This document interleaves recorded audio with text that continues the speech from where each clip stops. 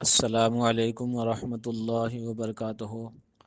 کیا فرماتے ہیں علماء اکرام و مفتیان نظام اس مسئلے میں کہ جو میڈیکلیم لینا کیسا ہے شریعت کے حساب سے؟ جواب ضرور عنایت فرمائے۔ السلام علیکم ورحمۃ اللہ وبرکاتہ۔ وعلیکم السلام ورحمۃ اللہ تعالیٰ وبرکاتہ۔ دیکھیں، اصل میں یہ میڈیکل انشورنس ہے، اور یہ یاد رکھیں صحت اور مرض کا معاملہ اللہ رب العزت کے دست قدرت میں ہے۔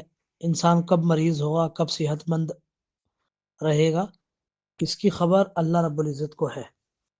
اور میڈیکل انشورنس کا مطلب ہے کہ کسی بھی کمپنی میں پیسہ جمع کرنا اور پھر اس سے فائدہ بھی ہوتا ہے، تو ایک یہ موہوم چیز ہے، یعنی اس میں یقین نہیں کیا جا سکتا کہ مثلا 5 سال کے لیے کرایا تو جو 5 سال کی متعینہ مدت ہے اس کے اندر اگر آدمی بیمار ہوا تو فائدے کے ساتھ اس کو پیسہ مل جائے گا، ورنہ اگر 5 سال میں بیمار نہیں ہوا تو سارا کا سارا پیسہ کمپنی کی جیب میں چلا جائے گا۔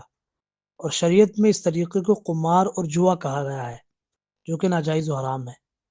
اور کبھی ایسا بھی ہوتا ہے کہ جو جمع کیے ہوئے پیسے ہیں ساتھ میں، تو کبھی کبھی بڑھ کر کے اس کو وہ مل جاتے ہیں، اور یہ قرض پر نفع کی صورت ہے جو کہ سود ہے۔ لیکن فقہاء کرام نے کافر حربی سے عقد فاسد کے ذریعے بھی نفع حاصل کرنے کی اجازت دی ہے، جبکہ اس میں ہر طرح مسلمان کا فائدہ ہو۔ تو اب اگر کوئی ایسا بیمار ہے کہ جس کو متعینہ مدت میں علاج و معالجے، چیک اپ وغیرہ کی ضرورت پڑے گی، اور اسے غالب گمان ہے کہ مجھے علاج و معالجے کی ضرورت پڑے گی ہی، میں ایسا بیمار ہوں، چیک اپ وغیرہ کی، تو کسی بھی غیر مسلم کمپنی یا انڈیا کی گورنمنٹ بلکہ دنیا کی کسی بھی غیر مسلم حکومت کی کمپنی سے میڈیکل انشورنس کرانے کی اجازت ہے، جبکہ وہ کمپنی اعتماد کے قابل ہو۔ اور یہ اس صورت میں ہے جبکہ کوئی بندہ اس طرح کا ہو کہ ایسی مہلک بیماری میں مبتلا ہے جس کو یہ یقین ہے کہ ہاں اس سال کے اندر مجھے چیک اپ، علاج و معالجے کی حاجت ہوگی، اور اس کو غالب گمان ہے، تو اس کے لیے اس کی اجازت ہے۔ پھر بھی ہم نے بیان کیا کہ فقہاء کرام نے کافر حربی سے جو ہے عقد فاسد کے ذریعے بھی نفع حاصل کرنے کی اجازت دی ہے، جبکہ اس میں ہر طرح مسلمان کا فائدہ ہو۔ تو اب اگر کوئی بندہ بیمار بھی نہیں ہے، صحت مند ہے، اور وہ میڈیکل انشورنس کرانا چاہ رہا ہے، تو پہلی شرط تو یہ ہے کہ کسی کافر کمپنی کے ذریعے ہو، ٹھیک ہے؟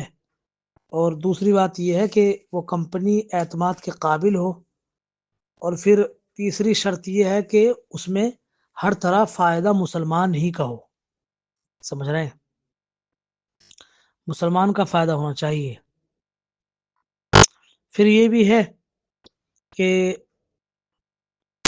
اب جن حکومتوں نے اپنے شہریوں پر میڈیکل انشورنس لازم قرار دے دیا ہے، تو پھر ایسی صورت میں ہر طرح کے آدمی کے لیے پھر جائز ہے کہ وہ میڈیکل انشورنس کرا لے۔ سمجھ رہے ہیں؟